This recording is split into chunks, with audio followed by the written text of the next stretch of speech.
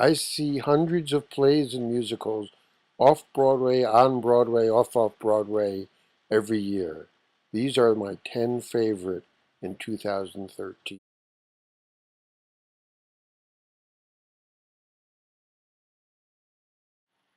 Fun Home is a remarkable musical based on Alison Bechdel's graphic memoir about her odd childhood. Her father, who was secretly gay, committed suicide. It is a work of theater that is inventive, entertaining, in places exhilarating, and almost inexpressibly heartbreaking.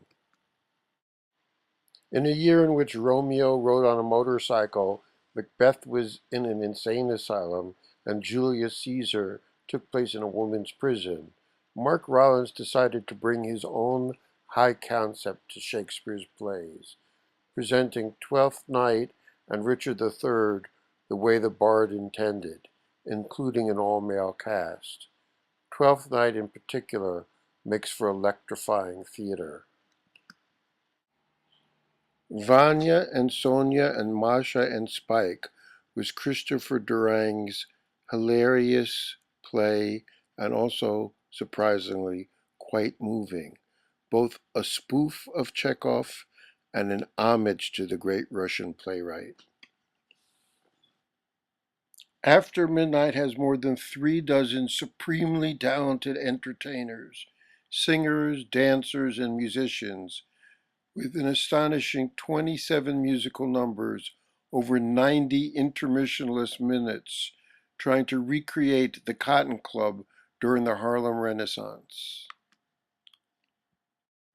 This is the 7th time The Glass Menagerie has been on Broadway, and it brings home what Tennessee Williams called the saddest play he ever wrote.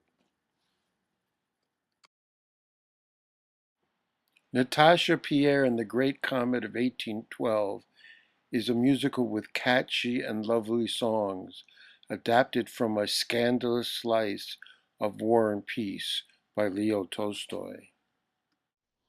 Here Lies Love, David Byrne's inspired musical at the Public Theater, turned the life story of Imelda Marcos, former First Lady of the Philippines, into a night at a disco. The Assembled Parties by Richard Greenberg was a funny, sad, and very well acted play starring Jessica Hecht and Judith Light about a Jewish family on the Upper West Side celebrating Christmases 20 years apart.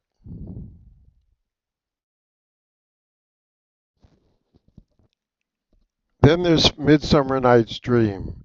There's something terrifically apt in director Julie Taymor, so loved after creating The Lion King, and so hated after Spider-Man Turn Off the Dark, inaugurating a beautiful new theater in Brooklyn with Shakespeare's play about the fickleness of affection. It is time to love Julie Taymor again.